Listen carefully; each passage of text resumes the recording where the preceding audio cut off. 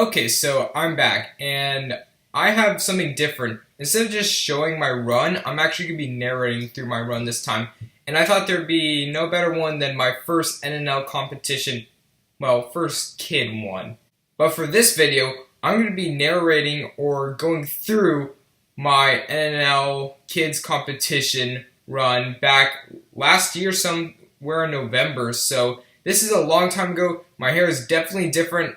I've definitely increased in skill. This is like a beginning run for me, and I'm just going to see how things work out from here. So here's the run. Up first was kind of a minor sonic curve, but there's no rope, so it was much easier than the actual show. Up next was a rope to a cargo net. The cargo net could have been tough to grip on if you wasted too much time there, because on this you had to go up and you had to go back down on the other side, as you're about to see. I'll pull up over the bar. However, this wasn't, again, too taxing, and I just kind of dropped a little bit early. Up next was a pipe traverse. I went underneath this time. However, if I was to do this obstacle now, I definitely just use hands only. The reason I decided to use my legs here is because everyone else did, and I just wanted to save energy. The dismount could have been a little bit tricky, but nobody fell there.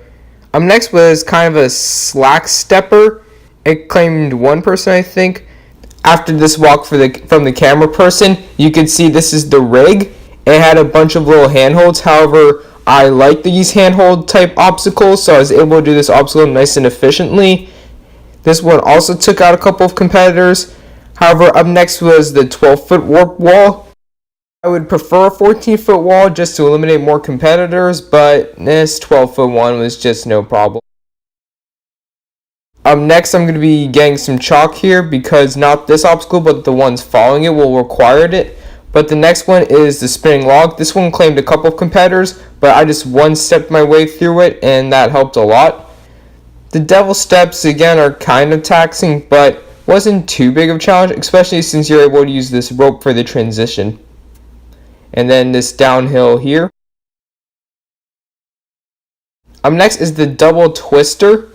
This one might have been the second most challenging obstacle here, because you just had to navigate your way through it, and that tilted with you. However, this is the one point where you might start to feel a little taxed, but I was able to get through it, and yeah, not too much problem since I was able to use my reach to my advantage there. And here we go, the final obstacle. I'm getting some chalk before this one, because this was the reason I didn't get first place. This obstacle is really challenging. This one proved deadly for the adults. In fact, over half the adults who attempted this failed it. The first thing you'll notice about this ring swing is the ring is way too low. So for taller competitors, your feet will drag.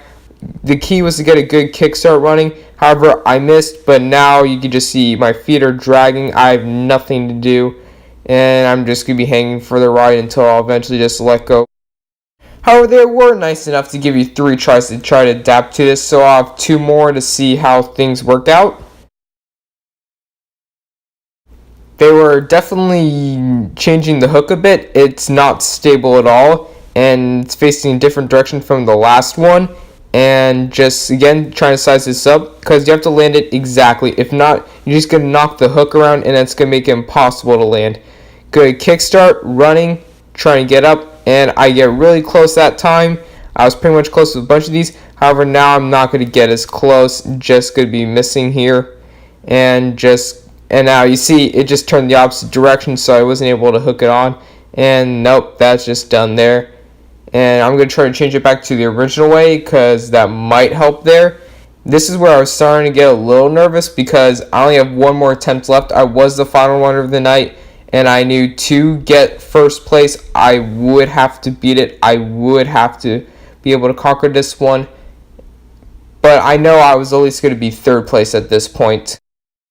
And final attempt here. And boom, see, not quite there. Now the hook just got knocked around. And that's where I know I'm done. And I'm soon just going to let go, and it's going to be a thud there. And done. So that run, it was good enough for third place. That's just to say it there. Since I was so fast on every single other obstacle, however, 2 competitors were able to figure out their ring swing. They're both smaller than me, both more experienced in NNL, and had more experience at all than me at this point, so they were able to beat it. However, third place was still good enough to qualify for the finals. However, they were in Michigan, so I couldn't get to compete. But I am planning to do NNL and UNAA this year, and I'm definitely going to be stoked for that. And that ring swing was not just like, oh, that was just a fluke run. No, I tried it like 10 times afterwards, the actual competition, and I still struggled until one final attempt, I actually got the ring swing. And I'm going to be showing that now. Yeah! Hey, woo! And it's only going to be the ending part, but you can see I made it. People were glad, yeah. But still, third place wasn't too bad for this competition. I've done better since, and pretty much this was a week after, I think, Ninja Lounges won for the team competition, which I did get first in that one. And I'm definitely ready to get back at any obstacle that stands in my way in NNL UNAA this year.